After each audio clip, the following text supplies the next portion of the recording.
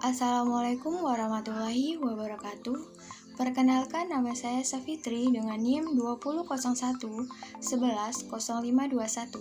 Baiklah, saya akan menjawab soal ujian akhir semester Sistem Informasi Manajemen. Yang pertama yaitu pengertian e-government dan manfaat e-government. Pengertian e-government merupakan pengembangan konsep e-government dengan lebih menitik beratkan pada keikutsertaan masyarakat pada pengumpulan data dan pemanfaatan data. Hal ini negara harus lebih dekat dengan masyarakat yang mampu memberikan kenyamanan dan merangsang masyarakat lebih inovatif, kreatif, produktif, serta mampu memberikan kontribusi nyata bagi pembangunan nasional. Sedangkan manfaat digital government yaitu untuk memperbaiki kualitas layanan dari pemerintah pada semua pihak yang membutuhkan hubungan dengan pemerintah. Dengan adanya digital government, diharapkan pelayanan bisa lebih efektif dan efisien, meningkatkan transparansi, kontrol, dan akuntabilitas para penyelenggara negara dalam rangka menerapkan pemerintah yang lebih baik, bersih, dan bebas dari tindak pidana korupsi serta tindakan sejenisnya, mengurangi biaya administrasi, relasi, dan interaksi yang dikeluarkan untuk pengurusan berbagai hal yang ada kaitannya dengan pemerintahan.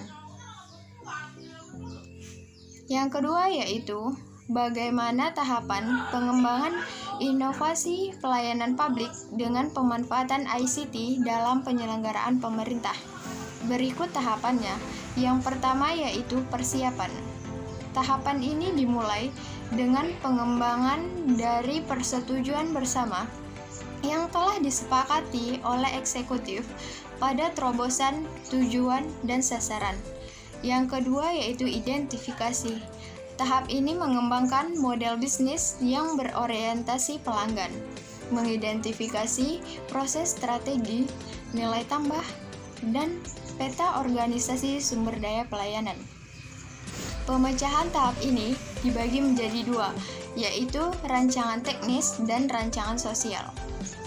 Selanjutnya yaitu transformasi. Tahap ini bertujuan untuk melakukan transformasi pelayanan pada ICT.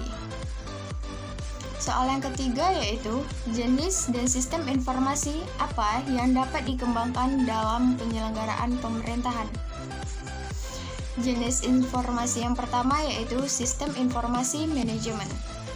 Sesuai dengan namanya, sistem ini menyasar pada kegiatan manajerial.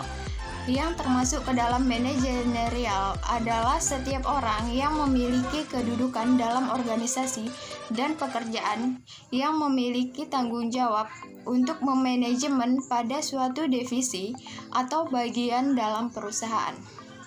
Jenis yang kedua adalah sistem informasi akuntansi atau disebut SIA.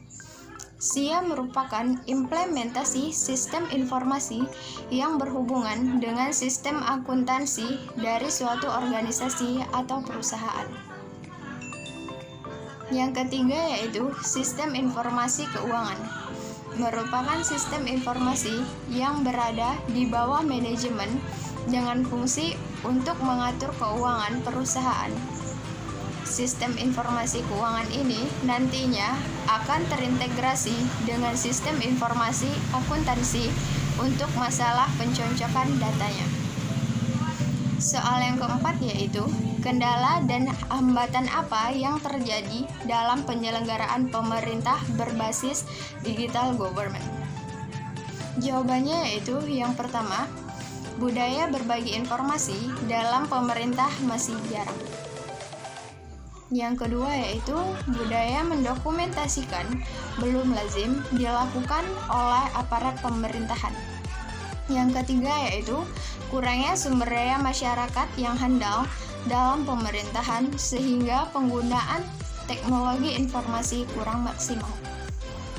Lalu, tempat akses informasi yang terbatas sehingga masyarakat tidak tahu dengan adanya digital government.